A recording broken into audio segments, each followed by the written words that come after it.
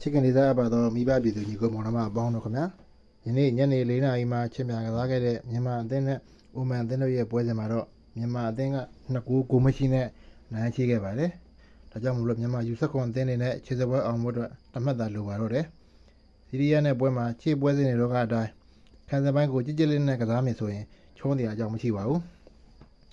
စီးရီးယားကအိုမန်ကိုချုံထားတယ်ဆိုပေမဲ့အနီကဲထိတဲ့အကြောင်းလဲပြန်ပြီးတော့လိုက်မကစားနိုင်တော့တာပါ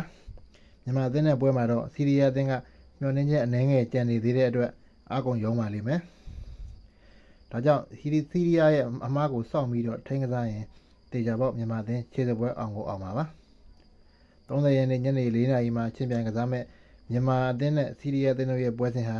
တနင်္ဂနွေနေ့ဖြစ်တာကြောင့်ကွင်းလုံးပြေးလာပေးမဲ့ပြည်သက်တွေကြောင့်မြန်မာအသင်းအနေနဲ့စီးရီးယားကိုချုံးစရာအကြောင်းကိုမရှိပါဘူး။လက်ရှိချိန်မှာမြန်မာအသင်းအနေနဲ့3 ပွဲကစား3 ပွဲနိုင်ဖြစ်အုပ်စုထိပ်ဆုံးနေရာမှာရပ်တည်နေပါတယ်။စီးရီးယားနဲ့ပွဲမှာတေကြရုံဖြစ်ဟတ်တူဟက်တွေဂိုးကွာရှာချက်တွေကြည့်စရာမလိုဘဲနဲ့ခြေစပွဲအောင်ပါမယ်။အကယ်၍မြန်မာအသင်းကစီးရီးယားကိုချုံပြီးတော့အိုမန်အသင်းကလည်းအာဖဂန်နစ္စတန်ကိုချုံနေခဲ့ရင်တော့မြန်မာအသင်းကခြေစပွဲမအောင်ဘဲနဲ့စီးရီးယားအသင်းကခြေစပွဲအောင်သွားပါမယ်။မြန်မာအသင်းအနေနဲ့စီးရီးယားကိုချုံပြီးတော့အာဖဂန်ကိုအိုမန်အသင်းကနိုင်ယူခဲ့မယ်ဆိုရင်တော့ဒီရမှတ်တူ3 သင်းဖြစ်သွားပြီးတော့ဟတ်တူဟက်အရပက်လက်နိုင်ထားတဲ့အတွက်ဂိုးကွာရှာချက်ကိုကြည့်ပါမယ်။ဒါကြောင့်မလို့မြန်မာအသင်းအနေနဲ့နောက်ဆုံးပွဲစဉ်မှာတေသမတ်ကျင်းသေးပေါက်အနည်းဆုံးရောက်ကိုရမှဖြစ်မှာပါ။